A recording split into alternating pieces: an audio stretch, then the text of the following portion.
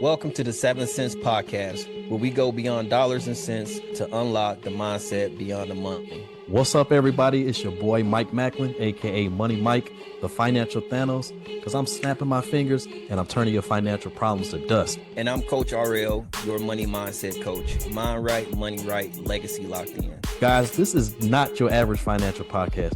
We're breaking down money myths, mindset traps, and economic game plans. We keep it real, raw, and relevant, from micro money moves to macro financial shifts. This is a 7 Cents podcast where your mind meets your money.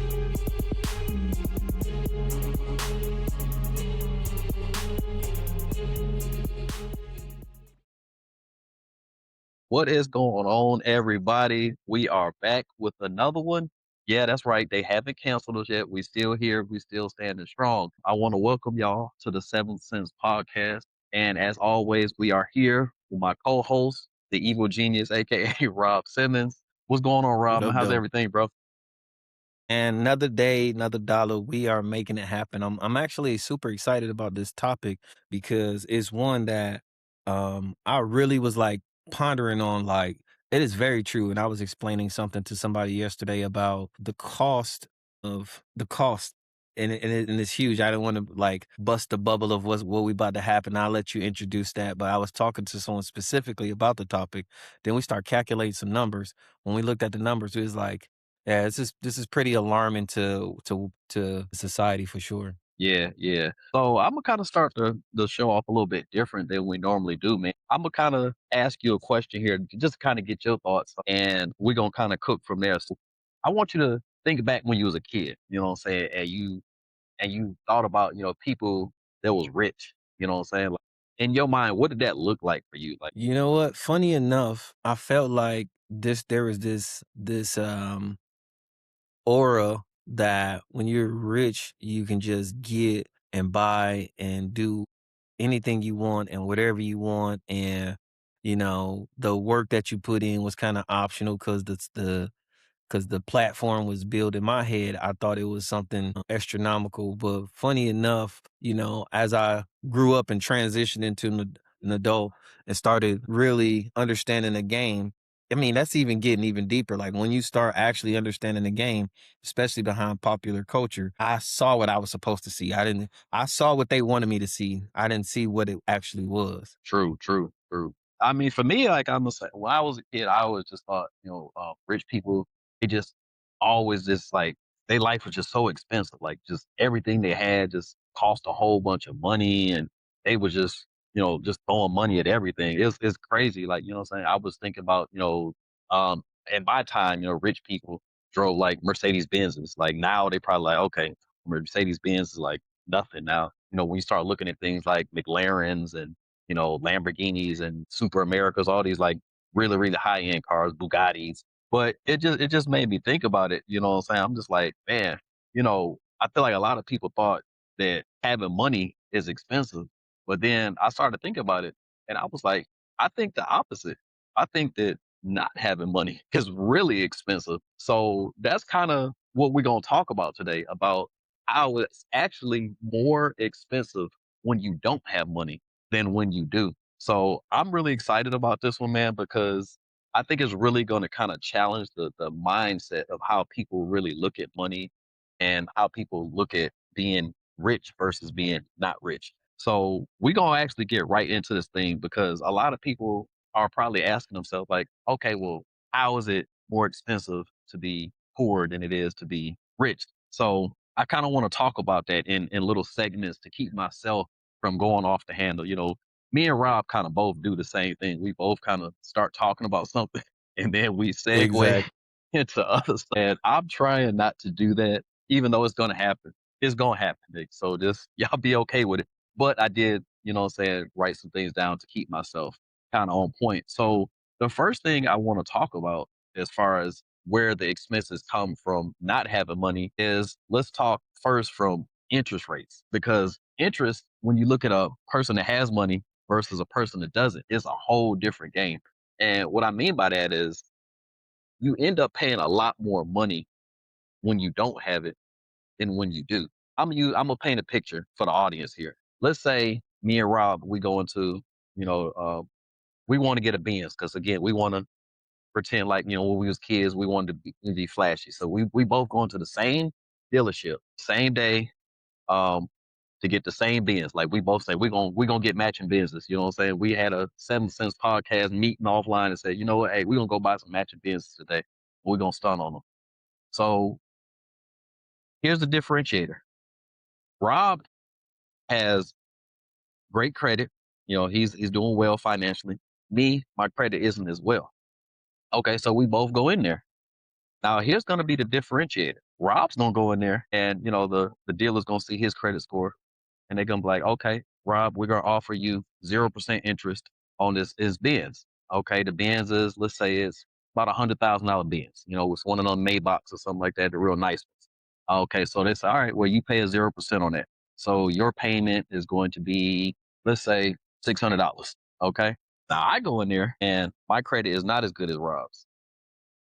My interest rate, they say, okay, Mike, we're going to give you 6% interest because your credit ain't exactly great. So, same car, but with my interest rate, I'm now paying probably about 900 to $1,000 for that same car. And so that's what I want people to understand. Okay. That simple differentiator right there has already separated us in how much we're paying. You know what I'm saying? I'm putting out an extra $400 just because of the difference in the interest rate. You know what I'm saying? And that's the messed up part about it. You know what I mean? It's like, and it's not just with the cars. You got to look at things like your credit cards. Different payday loans that you have to go out there and get when you don't have money. So that's kind of brings it to look, the less money that you have, the more that you have to actually pay to put your hands on money or to get access to that money. And so, with that being said, let me ask you this, Rob. Do you think that people actually realize how expensive it is to be broke, or do you think they just need more money? No, I think they don't realize it. I think one of the previous episodes we talked about how uh people really take these payday loans and they see I got this and I'm only paying $100 a week, $25 a week, or whatever that affordable amount is, not understanding. I even did a little test because I was like, all right, let me see how astronomical of a price this is, right? And then we're just talking something small as buy now pay later. Yeah. Let's say these little microphone costs about $300. I go to Amazon and I say, hey, I'm gonna buy this little mic for $300, right? If I'm buying it outright, it's gonna cost me $300. And then I look at I can't think of the paid buy now, paid later I platform think that they have Quad on Pay there. is But one of them, or something like that. yeah, I know what you're talking and about, though. I think I think it Affirm is is another Afterpay. one. Yeah, something like that. Afterpay, Affirm, or something like that. Yeah, Whatever the buy now, pay later is. You click on that, and then it shows you the rates at what you're borrowing the money for, and then at the measly price of $25 a week or whatever it is. Sounds reasonable, but I like to look at the total price, right? And I think right. one of the total is after, I think the mic was like $300, and then the Mhm. total price was like 360, 370. Higher prices you paying over 150, 200 more dollars than the I was item gonna is say that. actually worth just to borrow the money. So it's crazy. And like I say, that's at really at a micro level. When we start talking about purchasing houses, that is really where it really gets away from you. Cause not only is that causing you thousands of dollars, it's probably, depending on the amount of the house and the interest rate, costing you hundreds of thousands of dollars, to the point where I've seen just off interest. I was doing a review of someone's mortgage, looking at their interest. One of the things that people don't understand with the housing is that they're going to pay more interest up front. And sometimes that interest is more than you're paying in principal. So you may run into that issue where you're like, all right, I've been in this house for 3 years. I'm paid X amount of dollars, but this mortgage principal amount ain't went down. It's because you ain't paying nothing in principal, the interest up front. But that interest that you paying could be hundreds of thousands of dollars.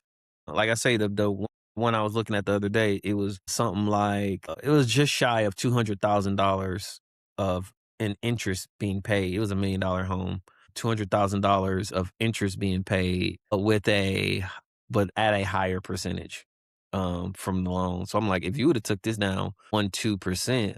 you probably could save some money on the back end. And the same thing with the principal. If you hit that principal a little bit faster, then you're going to pay less than interest over time. But you probably need to make that your focus because you walking around here with a 6 point something percent, which is not, I mean, in this market is not horrible. But if you got it back in the day, you'd have got, Yeah, a good, but now that 6% kind of matters over time, especially if you're doing like a fixed 30. broke, or do you think they just need more money? Yeah, that was the question I too. don't, People just think they need more yeah, I money. don't think uh, everybody can always use more money. I don't think when I sit down and look at people's stuff, they don't always need more money. They just need a better strategy. That's the biggest thing. Yeah, And with that, when I say they need a better strategy, they need to understand that they are running away from exactly what the system was built to do. And the system was built to take your money and built to outline these sales, and it's all marketing, right? Behind the marketing, you have all of the intricate parts like the mortgage and how the mortgage is broken down into the interest and the principal and the insurance and the taxes. And you have this mumbo jumbo and people just say mortgage. They don't know what they're paying. I pay 1,500 in mortgage. Do you know you're only paying $300 in principal?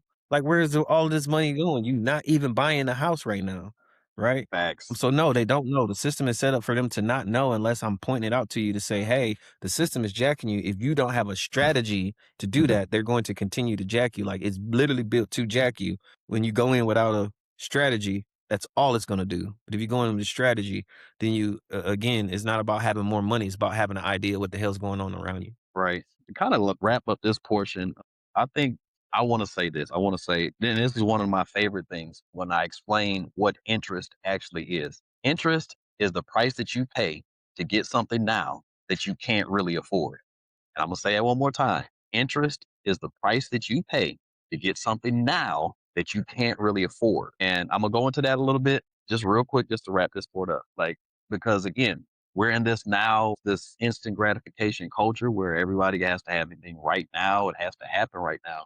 But the problem is, most people don't have the money right now to get those things that they want right now. And the game understands that. You know what I'm saying? The system understands that. They say, okay, so I'm going to make it more accessible to you, but by making it more accessible to you, I'm going to be the one that ends up getting paid. So that wraps that all into kind of one ball. It's like, okay, yeah, you can get it now, but you're going to pay more than you would have paid if you would have just, you know what I'm saying, waited till you could actually afford it. That's going to tie into some more points that we talk about here later. But the main thing is, it really boils down to, how you think about this, and the instant gratification and how that actually kills you, and interest is one of the biggest culprits. So again, the fact that you don't have that money, that's where interest kind of hits you over the head, is because you don't have it versus somebody that does. Y'all not paying the same interest, and that's why I use that car situation, because I really want people to kind of get a visual of how that actually looks. All right, so with that being said, let's actually move on here to our next segment. So the next thing we're going to talk about is when you don't have a ton of money, you actually have to get things that cost less, which is fine. But the problem with that is now is that because that costs less, it's a lower quality item. And so what you're going to have to do now is you're going to have to buy it more times. Now, I'm going to use a real life example for myself, my real life, because again, we've all been there. We've all, had it happen. Once upon a time, in a not so, distant past, I needed some new tires. You know what I'm saying? I wasn't always in decent financial shape. So I had to make a decision. I needed some tires, but I didn't have a ton of bread. I went to one of the places to sell tires. Some of them are used, some of them are new. So I bought new tires, but they weren't like, the highest grade. I think to get the whole set was like $400. You know what I'm saying? And for the car I was driving, like to get a decent set of tires, it's probably gonna be like 1,200. And the issue is with that is those $400 tires didn't last nearly as long as if I would have got the $1,200 tires. So what ended up happening is I had to replace those tires way sooner than I would have had to replace, just the regular price tires. And I think this is a trap that a lot of people fall into, especially like when you buy like clothes from, lower end stores and stuff like that. Not to say that that's like a horrible thing, but what I want you to understand is what's going to end up happening is you're going to have to keep replacing those clothes a lot more often as opposed to, maybe getting a better quality item that's going to last you longer. Okay, so my question to you would be, how do you even make that decision when to spend more upfront versus when to go cheap? Like what do you think would be your decision making process in that?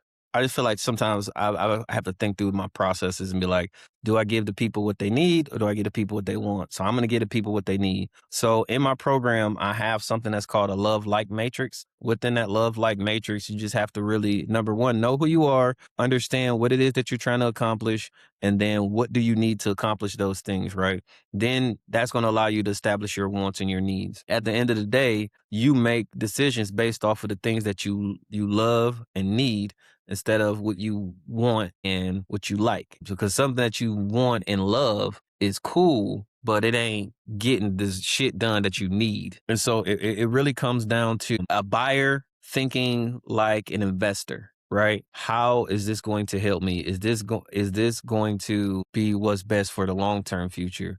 How does this affect us what we're doing in the short term? Is this price that I'm going to pay worth what I'm trying to get out of it? A lot of times that makes sense for most people when they're buying houses, but not so much sense when they're buying cars. But that's when it really comes down to it is, do I need this now? Does this take me somewhere? And I guess the bigger question is, how does this make me money or increase my net worth? Those are some of the things that I use as KPIs or key performance indicators when I'm looking to buy something. Like when I go to, and I was like, even something as small as McDonald's. Like I say, you go to McDonald's and you're like, all right, am I being a good investor with my money?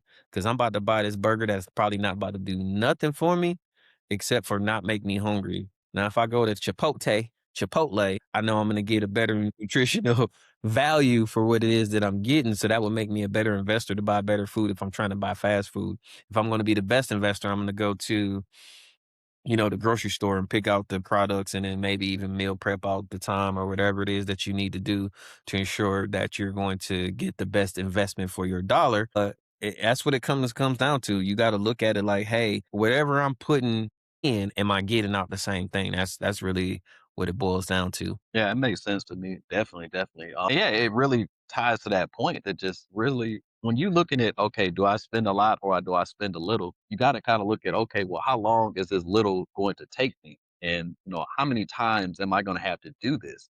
Versus, hey, look, let's say, again, I use my example of the tires. Okay, yeah, I might have spent $1,200 now, but let's say those $1,200 tires last me, 2, 3 years versus, these $400 tires, they last me 6 months. So I'm still going to end up paying, over time, over that 3 years. If I do that, every 6 months, I'm paying $400. Okay. Now I paid, shoot, 1,800 or more on that same, set of tires. I could have just paid the 1,200 up front.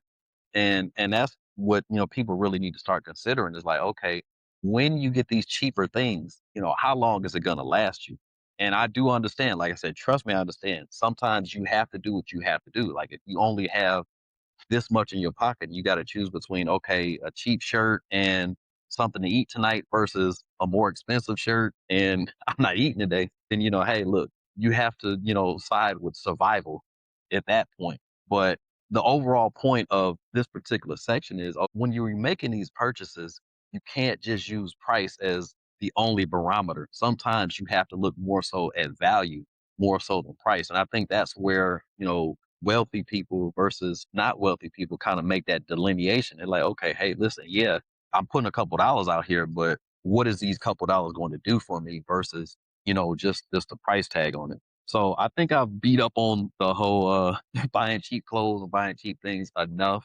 So we're gonna move on to the next thing that not having money costs you. And this is important. The next one is time and opportunities. Now, this is a huge one for me because um, I always say that the real value is time. Money, again, it's a piece of paper, man. It's it's something that's a reserve note. It's almost like a IOU, if you will.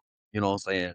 Um, one of my favorite books, and I always give Rob a shout out for recommending this book to me is "Buy Back Your Time" by Dan Martell. Like we talked, I think before we even started the podcast, and you recommend that book to me, Yeah. and it was a huge game changer for me because it really helped me understand what the real currency is. And it's not money, it's time. But yeah, when you don't have money, you have to give up so much more of your time in order to, to participate in certain things. Or even worse, you miss out on different opportunities because you don't have that money that could in turn save you a ton of time. And so let's kind of talk about that a little bit. Okay, so let's talk about the first thing. What do you think is something that people with money is able to do with time that broke people can't? Like, Manage it. That's the crazy part about it, man. We talk about strategy and things like that, but they're able to, and I'm not saying this is everybody and all encompassing, but you want to be in control of your time and you want to be able to make decisions based off of, where you are in life. And a lot of times those decisions, you are literally buying back time, right? So you're like, hey, I need to get I think the easiest way to look at it is from an entrepreneur perspective. And some of the things that I talked to you about where we went in that initial conversation where I say, all right, so I can actually sit down and do this for a couple of hours, or I can pay a couple of people who have the same set of skills to do it. I can get back that time to do what I do best. And then that way I can completely capitalize on what it is that I want to. And so now I'm in control of my time instead of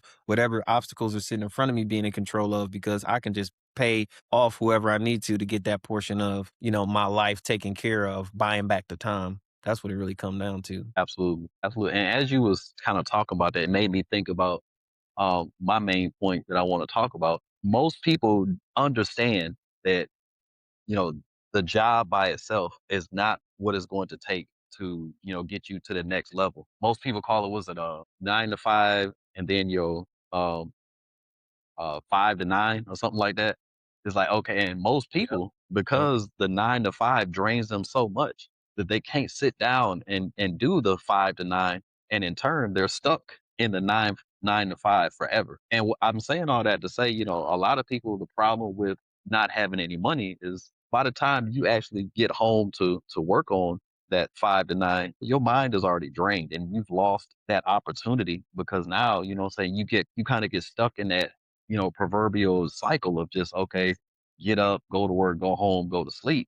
And so you have to find a way to get yourself out of that cycle. Like, it's going to be hard, but you're going to have to, make that decision for yourself. Is my time more important than, this money?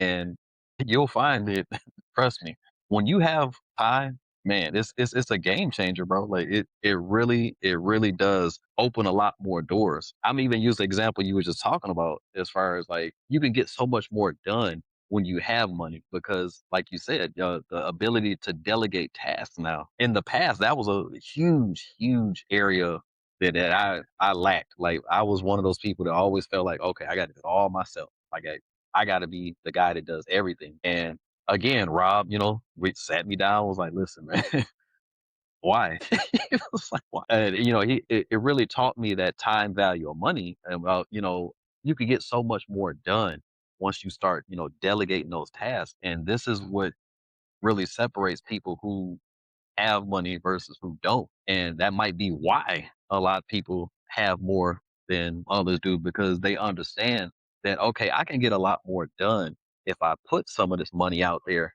and, get people doing things that I don't necessarily want to do or have the time to do, because that now opens more doors for you to focus more on expansion and things like that, to where you get even more done. It's almost like cloning yourself, realistically speaking. Like, once you really start to put that money to work for you to create time, it's like you create more copies of your own self. And that's what I really like about having it versus not having it. And that's where a lot of people are losing out. You're losing a lot of time because you're not putting that money in a place to where it's creating that time. Okay, so let's see. Let's move forward here, because I don't want I don't want people to be like, Yeah, okay, I but mean, I wanna go down a I'm not gonna go down a rabbit hole, but you absolutely led up to, like, the most important thing. When you look at your money, people aren't really measuring money with the fact that they should be measuring money and time in the same interest. People think of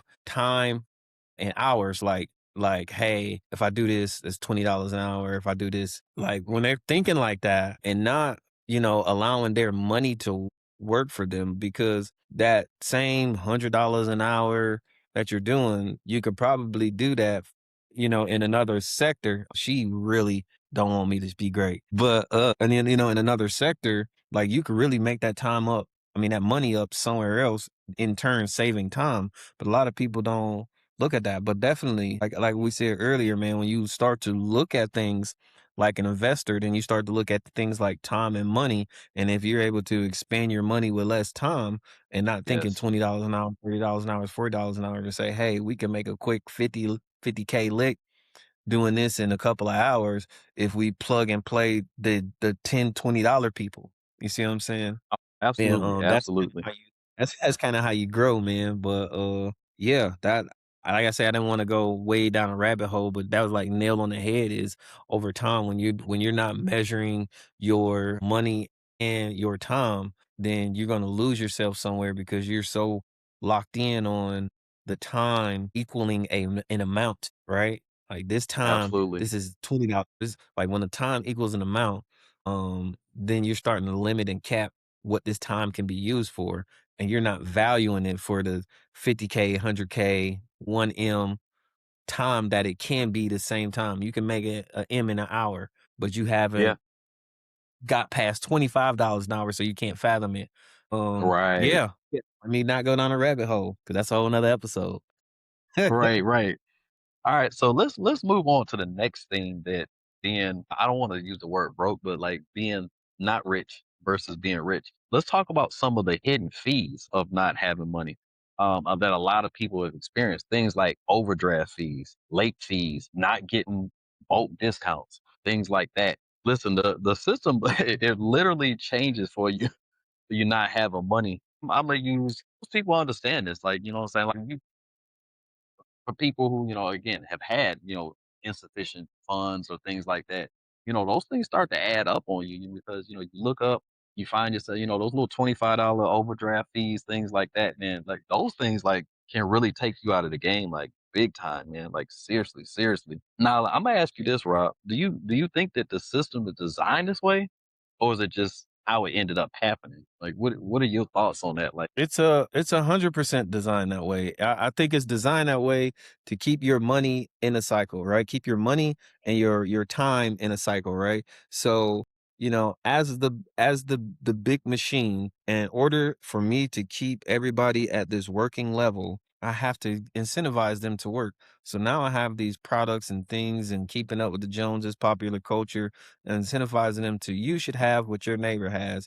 You should have the talking refrigerator that tells you what time it is and gives you ice, right? When it's not necessarily a need, but a lot of people like, hey, I seen my neighbor has that. I want to have the same thing. And so I'm going to put in more hours. And as long as they can continue to put your time and your money in this cycle of take, take, take, how will you ever make money? Like you say, hey, I make X amount of dollars, but you also give every single nickel away in the market for your needs and your wants, not considering that all of the money that you are making, you're not keeping none of it. So hell right, yeah, you making money. If you're not keeping nothing, that means you in a cycle, and that's exactly where they want you to be. They want you to make some money, put it back into the market, and then go work for it again. Right? As long as you're in that cycle, they're happy. absolutely, absolutely, man. Listen, these of not having money, I'm hoping y'all starting to kind of like wrap your mind about what's really happening here because so many people are getting killed by these little costs that you're not thinking about. And that's what it really comes down to that. It comes down to that mindset of understanding, okay, listen, where is my money really going? You know what I'm saying? Like and it's so many rabbit holes I can go down just with that point. And that's why I really want to talk about this topic because a lot of people don't understand, they look at not having any money as one singular problem when in reality it's so many problems associated with not having money that people don't think about. And it's not just the I don't have the money. Again, like Rob had just said, now you don't have time. You have very little control, and in turn, psychologically, that could do something to you as well. But something else I want to talk about that's related to that is now, okay, because of all these things, the next thing that not having your money is gonna start costing you is your health. And a lot of people kind of, really, really gloss over that part. You know what I'm saying? Because as you see, it's related but kind of unrelated. I don't know if you've noticed it, but how the retirement age keep moving. They keep moving the goalpost of that retirement age. And what bothers me about that is, bless you. What bothers me about that is nobody's really in uproar about that. Everybody just like letting it be what it is. But what you have to understand about that is, okay, the longer that you're out there in the workforce, doing that, your health is declining more and more and more. And the cost of healthcare is absolutely ridiculous. Like it is ridiculous, especially decent healthcare. Now, that could be a whole nother subject, access to good healthcare. People with very little money, they have to rely on things like Medicaid or Obamacare, different stuff like that, versus somebody who can actually go out and purchase, a decent healthcare program. And so my question to you, Rob, is, why do you think people they just gloss over that so much? Like, why do you think people just like think I maybe they think they're immortal or something? They just gonna live forever. Yeah, it's because when you're declining, it is hard to measure in the present moment, right? You can't really measure the declination of your health, every time you work that extra 2, 3 hours, every time you work that overtime, every time you think, hey, I don't feel good, but I can. You see it in basketball all the time where they're just like, hey, I just wanted to play, right? I needed to help my team. I needed to help to win. They're not thinking about the long-term cost of, you know, playing on a partially torn meniscus. You know what I mean? Pitching on a rotator cuff tear. Now, a lot of times they do. And then they end up with those full tears and things like that. But the fact of the matter is, now in the moment in the time, especially when we're in the middle of the grind, we're not measuring health. But all of those things, they can't not exist together, right? Like you have to have your time, your health, and your wealth, and your spirituality or your faith. All those things are commingled. And when you start to separate those things, like you just look at faith, and you can even look at it. I'll just say it from a Christian standpoint, where God rests on the seventh day, and from another perspective, we don't know what day that is, and I ain't gonna that's a rabbit hole that I'm trying to Right, not right, go down. But at the end of the day, in faith, it shows that you rest. Like even in certain principles outside of faith, it shows that rest is necessary. But when you start to shift the pieces and say, all right, my health is a little bit less important than what the faith is saying and the money that I need to make, then that's when things start to get out of line. Like, hey, I need to make this money because of this. I'm going to risk my health. I'm going to risk my faith, but I need to get this money. And people have a hard time of getting back in balance because your health essentially tells you how much earning power you have over your lifetime, right? You say, hey, how much money will I make over a lifetime? You tell me how healthy you are. How did you manage your health? And how did you manage your time? And because people didn't manage their time, and they didn't manage their health, and they're so focused on trying to manage money that they couldn't actually manage because they didn't get coached or properly educated to do, then all of those things fall to the wayside.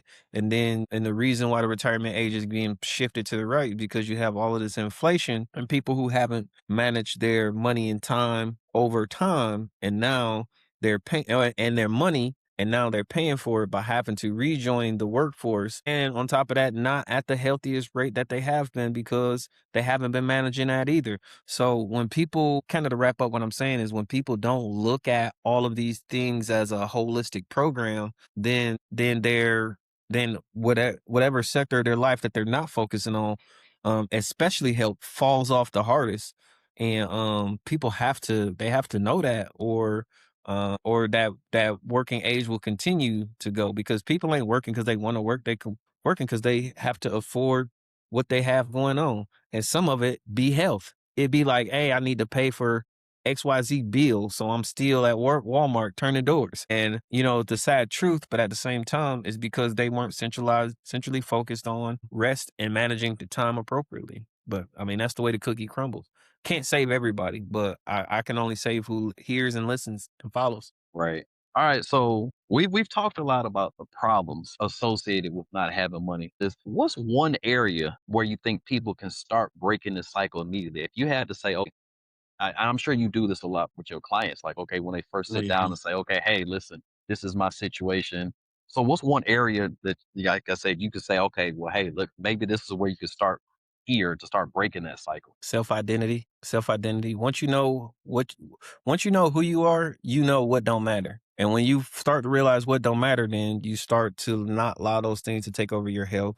You start not allow those things to take over your time, and you'll start allowing those things to not affect how you make money. When you know who you are, when somebody says, "Hey, I'm a senior professor and I want to teach and I want to give back to people and I want them to grow in math." When somebody says, "Hey, do you want to go, you want to go to the strip club and eat chicken wings?" Depending on who they are, if they know who they are and they know themselves, they be like, "Hey, that doesn't align with me physically, spiritually, or mentally." Then, the answer is easily no. But some people who don't know who they are and they're still trying to figure out who they are and they're dabbling. I think that's everybody. Everybody's still trying to completely understand who they are. But first, understanding, who the future you is what is going to drive you to make decisions, right? You don't buy that dress the one time because you have all of these things coming up. You understand who you are. I think the biggest way to explain that is self-awareness gives you foresight of your own future, right? You're able to, see where you want to be. When you're able to see where you want to be, it's like you're going through a forest and navigating through the forest and, you know, the wolf comes out in the Little Red Riding when in the to Little Red Riding Hood and says, "Where are you going? What you got going on?" And if I'm straight focused to go to grandma house, the wolf is a distraction. So I can't even tend to you because I have somewhere to be and there's nothing you can do to help me get to where I want to be. So it helps you stay in line and stay focused. Now, behind that is going to be planning and growing and having some resiliency and all these things matter. And definitely in the planning, because when you're planning in the planning stage, you're saying, "Hey, where do I want to be? And how do I get there?" A lot of times, how I get there comes down to the money that you're making. If you're like, "All right, I need to make more money. I need to make some money shifts. I need to stop spending money here," you can make better decisions when you can clearly see that you're going to grandma's house, or you can clearly see what the end state is for you, because everything will fall in alignment when you understand. And I promise you, to tell you, it's too easy to say no when you know who you are, and that shit just doesn't make sense to. Like, I don't know. It's like a bulletproof vest of bullshit. Like, it Yeah, really is like a bulletproof vest of bullshit when you know who you are or where you're moving and shit just doesn't match up. Like, people will be like, "Hey, we about to hit the game." And you start thinking like, "All right, how does this align with what the hell I got going on?" A lot of times, as a social media, um, uh, content creator, I might be thinking like, "Hey, this might align with me being able to go out and create some content and things like that."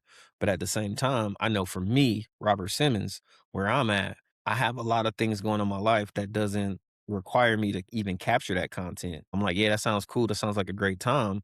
That's just not where I'm at right now. So for me, no matter if somebody's like, "Hey, we're going court for the side, we about to sit on the floor," it's an easy no for me because that's not what I'm doing right now, and that's not in alignment with what the hell I got going on. So, and somebody like, "You're gonna pass up this and that and that." And that's the popular culture piece to and the peer yes, pressure, the people telling you what you should be doing. And I'm like, just because it's a great fucking time for you doesn't make it in alignment with who I am. And so I'm okay with no. And I'll sit there and argue you down for 20 minutes. But my no is a no because I clearly see what future Robert Simmons has planned. And that ain't even gonna be a drop in the bucket to what it looks like later on 5, 10, 15, 20 years. And I'm gonna be glad I saved that time because the time piece is big because now I gotta get dressed. Now I gotta probably find something to buy. Then I gotta eat when I get there. And then I gotta spend gas to get there. And I'm spending all of this money to create a moment that's not even in a reflection of the shit that I was thinking about, you know? right. And so just completely a fucking obstacle that I'm not willing to climb. So yeah, it's self-awareness, self-awareness. Absolutely. Um, so I guess to close things out here, bring this to a close. So we kind of talked about the problem, we kind of talked about the solution. Um, with the point that you made, I think, do you think that once people understand this, do you think they can actually change the situation, or is it something deeper than just that self awareness? Yeah, for sure. It's not about education. It's not about knowing. You can know a lot of shit and do none of it, right? It's not about the education. It's the application of the education, right? Application of knowledge. Knowledge is not power. It's potential power. The application of knowledge is the power. So when people are able to actually go into action and doing the shit that they know, that's when they're going to start to win. Now that's real. That's a great way to close this. And I think I'm gonna kind of piggyback off of that because we've talked about, the choices you have to make when you don't have money. We've talked about kind of some things that causes you not to have money. We've talked about some of the consequences of not having money. And we've also talked about now the kind of the paradigm shift or the mindset shift that you have to make to do that. So now that you know these things, now as an audience, I hope one that you was taking notes and you were really sitting down and really dissecting this like myself and Rob did, because we really sat down and dissected this. I don't just come up with ideas and just off the cuff. Like these are really things I sat down and thought about. And so I think the person watching this episode or listening to this episode, what you really want to take away from this fact is something that Rob says is you have to first off identify, okay, who are you and where you're trying to go. And then you have to look at, okay, what are the obstacles? And we just really talked about the obstacles today. We talked about, the hidden fees. We talked about,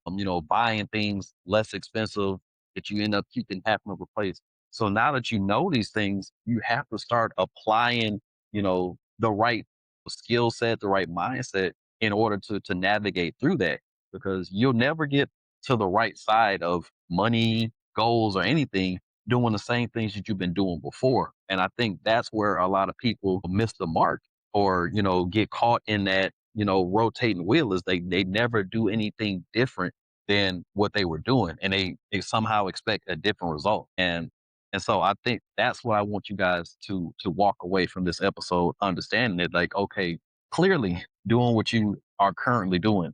If this is your circumstance, if you are not in a place that you want to be right now, and you think you're going to continue to do the same thing and get somewhere different, pump the brakes on it right now and redirect your mindset.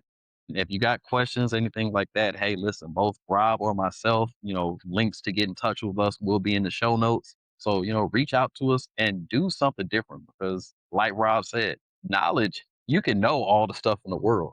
Like, I know a lot of people that know a lot of stuff, and you would think they're really smart, but those people also apply very little of what they know. And that's where somebody like myself and other people who actually take action on that knowledge, you change the trajectory of your life. And I'm sure Rob will, agree with that, that, until you take that action, the knowledge means nothing.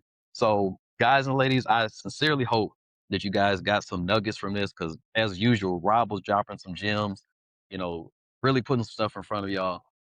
Speaking of that, Rob and I was talking the other day, and he was telling me about some great stuff that he got, on the horizon here. But I want to give him the opportunity to say it. I don't want to just tell y'all what he got going on because that man can speak for himself. So, Rob, what's these new things you was telling me about? Tell the people because they might be missing out on something. Yeah, Mike, I got a lot of stuff going on, man. So first thing, growth over average thinking. You can go to yourmoneygo.com/shop, get your signed copy of the book. There's a limited amount of signed copies that are coming out. My homeboy Mike already got his. Make sure you get I yours. got mine.